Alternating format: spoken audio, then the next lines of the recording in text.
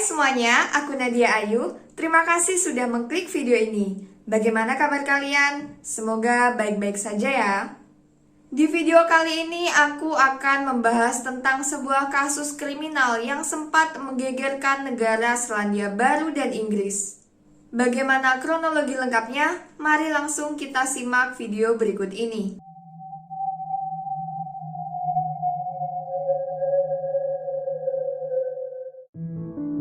Grace Amy Rose Millane adalah anak dari David Millane dan Gillian Millane yang lahir pada 2 Desember 1996 di Essex, Inggris. Dia mempunyai dua saudara laki-laki, Declan Millane dan Michael Millane. Ketika lulus dari Universitas Lincoln dengan gelar sarjana periklanan dan pemasaran, Grace mengambil tur liburan ke beberapa negara asing. Dia memulai tripnya dengan mengunjungi Peru selama 6 minggu dan bertemu dengan banyak teman sesama backpacker.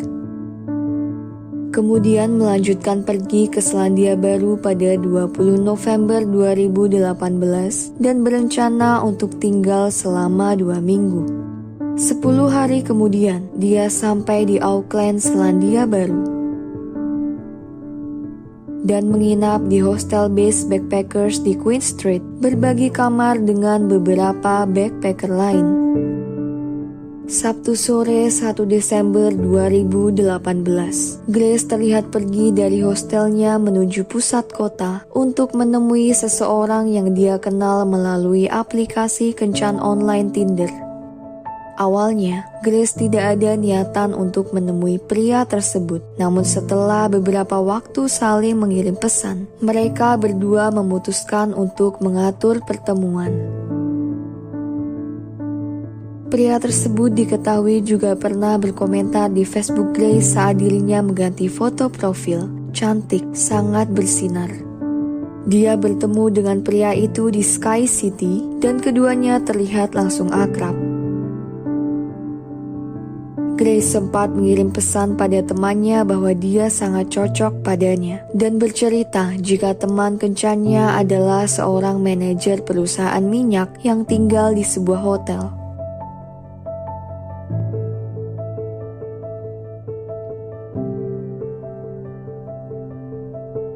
Lalu mereka mampir ke Mexican Cafe dan keluar sekitar pukul 8:30 malam setelah membayar makanan. Dari sana, keduanya mendatangi sebuah bar bernama Bluestone Room.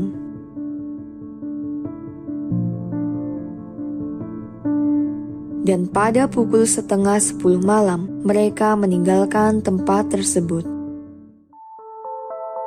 Minggu 2 Desember 2018, bertepatan dengan hari ulang tahun Grace ke-22, keluarga Grace di London mengiriminya ucapan selamat lewat media sosial dan juga telepon.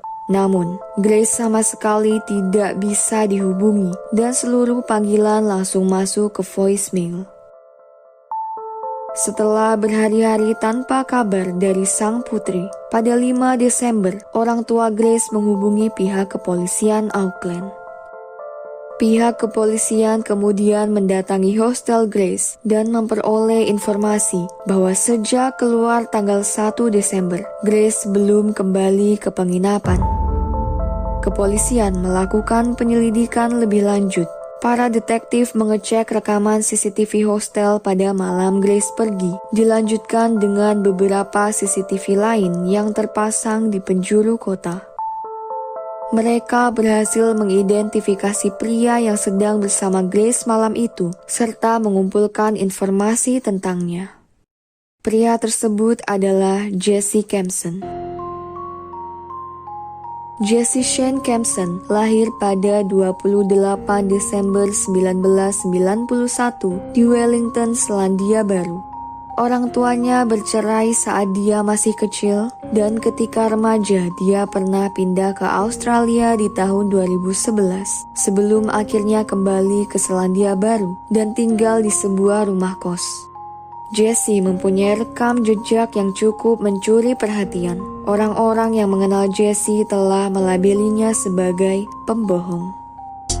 Dia berbohong tentang banyak hal, mulai dari dirinya adalah seorang pemain rugby terkenal, hingga mengatakan pada temannya bahwa dia sedang mengidap kanker. Beberapa orang yang mengenal Jesse memberikan kesaksian bahwa Jesse mengaku memiliki gelar sarjana hukum internasional, berasal dari keluarga jutawan, serta masih banyak kebohongan lainnya.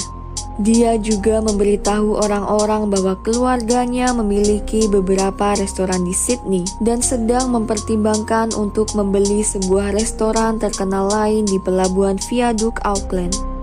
Sang pemilik penginapannya mengatakan, saat mereka bertemu pada tahun 2018, Jesse memberikan kesan pertama yang bagus dan menambahkan, dia adalah orang yang ramah dan selalu berpakaian rapi. Jesse juga mengaku pernah bekerja sebagai manajer di sebuah perusahaan supermarket besar Woolworths. Padahal pada kenyataannya, untuk membayar sewa tempat tinggal, Jesse menggunakan dana bantuan pemerintah. Pekerjaan terakhir Jesse adalah seorang sales telepon, namun dirinya dipecat atas imbas dari berbagai kebohongannya. Saudara tiri Jesse menyatakan bahwa Jesse adalah orang yang menyedihkan. Dia terus berbohong setiap waktu, entah tanpa alasan ataupun berbohong demi keuntungannya. Diketahui Jesse dan ayahnya sempat bertengkar beberapa tahun lalu, dan hal itu membuat hubungan keduanya renggang, berakhir dengan tak saling bicara satu sama lain. Saat investigasi oleh polisi berlangsung, Jesse tinggal di Hotel City Life Auckland. Menurut catatan polisi, Jesse adalah orang terakhir yang bertemu dengan Grace sebelum dilaporkan menghilang. Kepolisian lalu membawanya untuk diwawancarai. Tell us about Grace. So I was talking to Grace on Tinder. Yeah. We'd matched on Friday, and then we met at Sky City, and then we decided that we were going up to Andy's Burger Bar, which is on the first floor. Whose idea was it to go to that particular burger place? Me, because I didn't initially know that she was real. What do you mean? Well, there's a lot of, so have you heard of catfish? No. So catfishing is where someone uses your profile or uses your photos and pretends to be you and then meets, and you're a completely different person. Yeah, that's us. Down there? Yeah. So she's going that way, and I'm going across the street. I go down Queen Street. No, I go down Victoria Street, straight down to the bottom, and then hang a left, and I head towards the viaduct. You've kind of walked in a bit of a funny direction if you were planning to go to the viaduct. Is there a particular reason you would kind of do that? I feel safer down that way. It's entirely possible that she's been the victim of foul play. Okay. You understand what that means? Yeah. What would your feelings be about providing us with a voluntary DNA sample in the event that we can compare that against something? Would you be happy Yeah, with 100%. I mean, I know I haven't done anything wrong, so I'm happy to do it. that? Okay. At this stage, we don't know what's happened to this girl. Okay. It's possible that somebody has killed her. Okay. Dalam video tersebut, Jesse berusaha menjawab pertanyaan polisi dengan percaya diri dan mengisyaratkan bahwa dia tidak mengetahui hal janggal apapun tentang di mana keberadaan Grace. Dia menambahkan keterangan bahwa kencan mereka berakhir baik malam itu dan bahkan sudah merencanakan pertemuan selanjutnya. Pihak berwajib yang sedang menginvestigasi tiap bukti CCTV semakin menemui titik terang. Jesse mengaku bahwa mereka berdua berpisah setelah keluar dari bar. Namun pada sebuah rekaman video CCTV yang diperiksa, ditemukan bukti bahwa mereka berada di hotel tempat tinggal Jesse. Menaiki lift menuju kamar Jesse.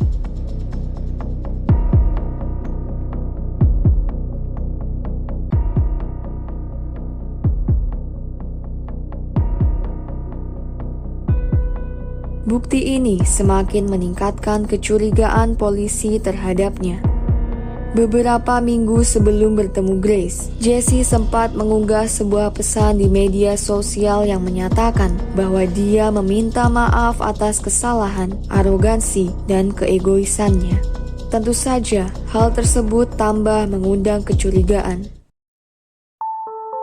Keesokan paginya setelah kencan mereka malam itu, sekitar pukul 8 pagi tanggal 2 Desember, bertepatan dengan ulang tahun Grace, Jesse terlihat keluar sendirian meninggalkan hotel.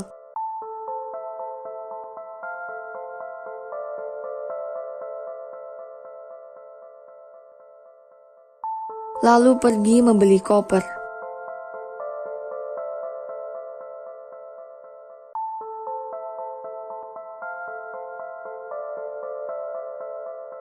Dan kembali ke hotel membawa koper tersebut.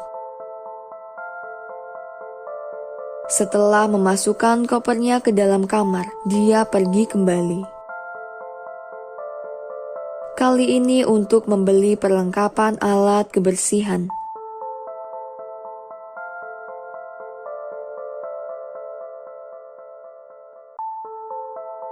Saat sudah selesai dengan belanjaannya dan menaruhnya di kamar hotel, dia menaiki taksi, menuju sebuah tempat rental mobil dan menyewa sebuah Toyota Corolla merah. Pada hari yang sama sekitar pukul 4 sore, Jesse menemui wanita lain yang juga dia kenal dari Tinder. Wanita yang tidak mau disebutkan namanya itu memberikan keterangan bahwa Jesse bercerita padanya jika dia sedang mencoba mencari tas duffel yang sangat besar untuk perlengkapan olahraga, tapi kesulitan untuk mendapatkannya. Dia juga bilang bahwa temannya yang seorang polisi sering mendapat kasus pembunuhan yang korbannya dikubur di area-area hutan. Pertemuan tersebut tak berlangsung lama. Sang wanita yang merasa tidak nyaman dengan percakapan-percakapan mereka, kemudian mengajak Jesse untuk pulang dan juga menolak tawaran Jesse untuk memberinya tumpangan. Malam harinya sekitar pukul 8 malam, Jesse pergi meminjam sebuah mesin pembersih karpet dan beralasan bahwa mesin itu akan digunakan untuk membersihkan karpetnya yang kotor terkena tumpahan wine.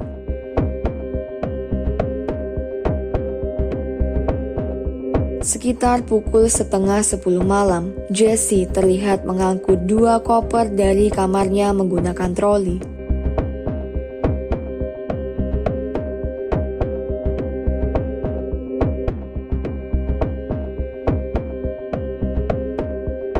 Kemudian memasukkannya ke mobil rental dan pergi dari hotel.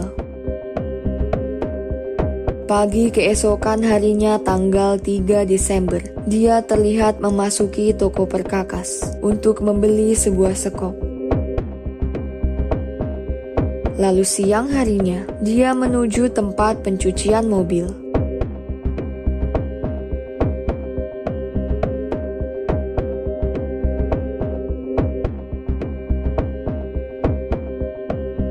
Di tanggal 5 Desember pagi, Jesse terlihat pergi ke sebuah taman dengan membawa tas jinjing besar, kemudian menuju salah satu tempat sampah.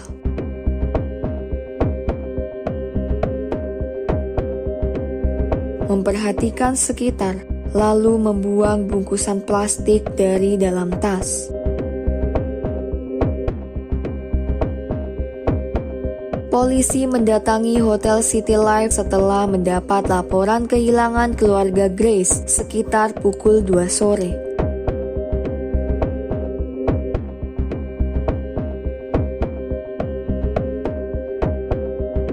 Saat mereka sedang berbincang dengan resepsionis, Jesse terlihat sedang memasuki hotel. Dan ketika dia melihat segerombolan polisi di lobi, Jesse terlihat langsung berbalik arah menjauhi hotel.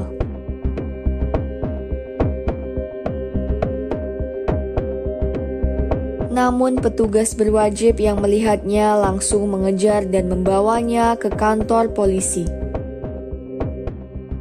Meskipun Jesse membantah semua tuduhan yang diajukan, polisi tetap melakukan penggeledahan di dalam kamar hotelnya. Tanggal 7 Desember, ayah Grace sampai di Auckland. Beliau tampil di hadapan pers meminta bantuan untuk menemukan sang putri. Thank you for coming today. As you know, Grace has been missing for several days. We last had contact with her on Saturday the 1st of December, and as a family we've been extremely concerned for her welfare. Grace is a lovely, outgoing, fun-loving, family-orientated daughter. Grace has never been out of contact for this amount of time. She's usually in daily contact with either her mother, myself, her two brothers, members of the family on social media. We're all extremely upset, and it's very difficult at this time to fully describe the range of emotions we are going through. Finally, I would like to take this opportunity to appeal to anybody who has seen, spoken to, or come into contact with Grace over the last few days, and to come forward with any detail, no matter how small, and contact the investigation team. Berita hilangnya Grace telah tersebar di berbagai media sosial internasional. Pada 8 Desember, ketika berbagai bukti makin terkumpul, Jesse kemudian ditahan dan diinvestigasi. Kali ini, keterangan yang dia berikan pada polisi sangat berbeda dari keterangan awal. Jesse memberikan keterangan bahwa malam itu setelah mereka tidur bersama, dia bangun keesokan harinya dan menyadari Grace telah meninggal. Dengan keadaan syok dan panik, Jesse menaruh tubuh Grace di dalam koper, kemudian membawanya pergi untuk dikubur. We're going to head out of here very, very soon, and you're going to take us to where you buried her? Yeah. Did you kill Grace Mullane? Okay. Jesse Kempson, you're under arrest for the murder of Grace Mullane. Nampaknya usaha Jesse untuk menghapus barang bukti tidak berhasil. Tim forensik menyatakan bahwa setelah mereka memberikan cairan luminol pada lantai kamar hotel, hasilnya menunjukkan bahwa terdapat noda darah di kamar hotel Jesse. Setelah Jesse memberitahukan lokasi di mana dia mengubur Grace, kepolisian mendatangi tempat tersebut. Pada pukul 4 sore di tanggal 9 Desember, kepolisian menuju sebuah lokasi tempat Jesse mengubur Grace di Waitakere Ranges, sebuah lokasi yang terletak sekitar 19 km dari pusat kota Auckland. Tak lama setelah sampai di sebuah lokasi yang berjarak kurang lebih 9 meter dari jalan, polisi menemukan titik lokasi di mana tubuh Grace dikubur. I can now advise that a short time ago, we located a body which we believe to be Grace. Kasus yang menggemparkan kedua negara ini mendapat sorotan khusus dari Perdana Menteri Selandia Baru, Jacinda Ardern. Dalam pidatonya di depan pers, beliau mengungkapkan perasaan bela sungkawa sekaligus meminta maaf kepada pihak keluarga Grace. Firstly, I cannot imagine the grief of her family and what they will be experiencing and feeling right now. And my thoughts and prayers are with her father, David, who is in the country, her mother, Gillian, who cannot be here, and her wider family, friends, and loved ones. So, on behalf of New Zealand, I want to apologise to Grace's family. Your daughter should have been safe here, and she wasn't, and I'm sorry for that. I've advised the family through the police that if there is anything we can do to assist, we are here to help with that. Pada tanggal 10 Desember, 5 hari setelah Grace dilaporkan hilang, Jesse Kempson menghadiri sidang pertamanya di Pengadilan Distrik Auckland atas dakwaan pembunuhan terhadap Grace Mullane. 4 November 2019, sidang dilanjutkan dengan dihadiri 12 juri. Hasil otopsi menunjukkan terdapat luka di area leher serta memar di bagian tangan dan dada Grace. Tim kuasa hukum menyanggah berbagai tuduhan dengan alasan meskipun kematian Grace adalah tindakan yang sadis, namun itu semua terjadi akibat dari tindakan seks konsensual yang liar. Mereka berkata bahwa Jesse yang panik mengetahui Grace telah meninggal malam itu berusaha menyembunyikan tubuhnya. Namun pihak penuntut mempunyai berbagai bukti yang cukup kuat dan berargumen bahwa Jesse tidaklah panik. Dia terlihat selalu tenang dalam gerak-geriknya seperti yang terekam kamera CCTV juga selama di pengadilan, dan menyebut bahwa peristiwa tragis tersebut adalah hal yang sudah direncanakan. Persidangan berlangsung 3 minggu. Dan pada persidangan tanggal 22 November, setelah 5 jam musyawarah, hakim memberikan vonis bahwa Jesse Kempson bersalah atas tindakan pembunuhan terhadap Grace. 21 Februari 2020, Jesse dijatuhi hukuman penjara seumur hidup tanpa pembebasan bersyarat minimal 17 tahun oleh Pengadilan Tinggi Auckland. Ternyata, kasus ini bukanlah satu-satunya tindakan tak bermoral yang dilakukan Jesse.